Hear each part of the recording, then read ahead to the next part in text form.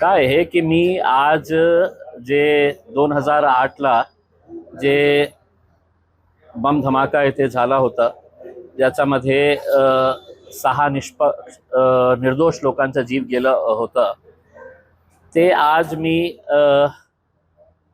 आसमान को क्या बोलेंगे, आकाश, मालेगावचा आकाश बघायला आलेलो आहे. हे बॉम्ब कुठून पडला होता, म्हणजे इतकं वर्षानंतर आपण या निकषावर आलेले आहे की या ब्लास्टच्या मागे कोणी नाही होतं. तर ते बॉम्ब काय आकाशातून पडला होता की जमिनीतून आला होतं हे बघण्यासाठी आम्ही आलेलो आहे.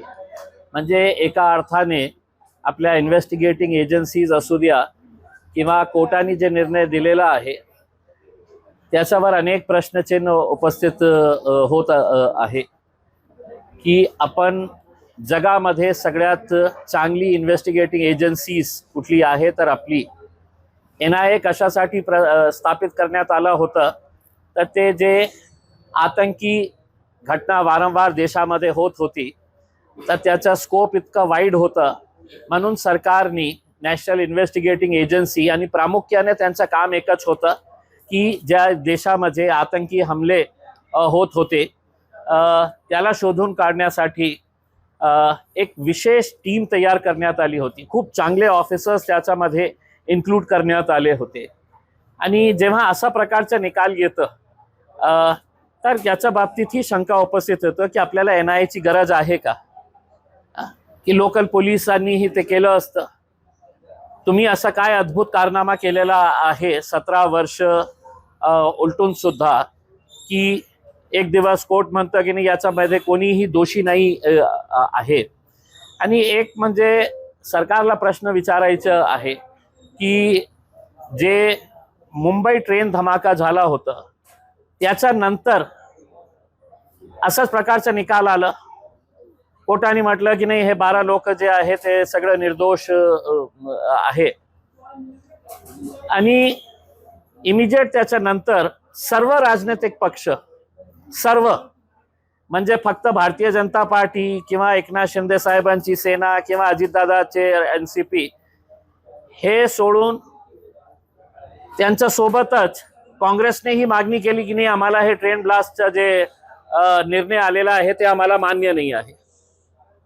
मग उद्धव साहेबांची शिवसेनेची खासदार प्रियंका चतुर्वेदींनीही तशी मागणी केली, हे निर्णय आम्हाला मान्य नाही आहे, सुप्रीम कोर्टमध्ये अपील करण्याची आवश्यकता आहे. आणि महाराष्ट्र सरकार धावून गेली सुप्रीम कोर्टामध्ये आणि सांगितलं की आम्हाला हे मान्य नाही आहे. तर ते मान्य नसेल तर हे कशाला मान्य करतात. ज्या दिवशी निकाल आला त्या दिवशी त्यांचे जे जे मोठे मोठे नेत्यांची प्रतिक्रिया तुम्ही ऐका. ते म्हणत होते की सत्यमेव जयते, सत्याचा विजय झालेला आहे. मग तो काय असत्य होतं का. मग तो कोर्टाचा जे निर्णय आहे तो जज त्याच खुर्चीवर बसलेला आहे. हे जजनी जे दिलेला आहे त्याही ते कोर्टाचा निर्णय आहे. मग असा दुजाभाव कशासाठी. आज आम्ही ज्या परिवारातले लोकांचा, निष्पाप लोकांचा जीव गेलेला आहे, या देशामध्ये राहणारे, मी असू द्या तुम्ही असू द्या, त्यांना काय आपण कशा प्रकारे सामना करणार आहे, काय उत्तर देणार आहे की आता झालं, खूप वर्ष झाले, तुम्ही विसरून जा. मग हे सगळे जे प्रश्न आहे या लोकांना आम्ही फक्त हे सांगण्यासाठी आलेलं आहे की या लढाईमध्ये तुम्ही एकटं नाही आहे, आम्ही तुमच्या सोबत आहे.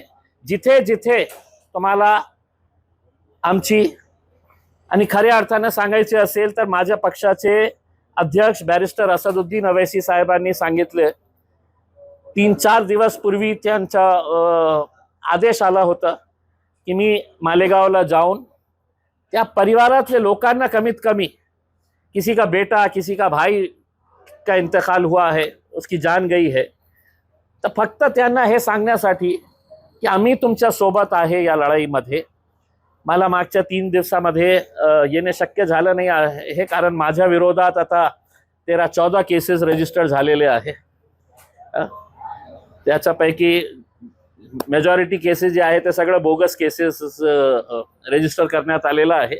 पण काय हे कोर्टाची प्रक्रिया आहे, आपण आदर करून. एबीपी माझा, उघडा डोळे बघा नीट.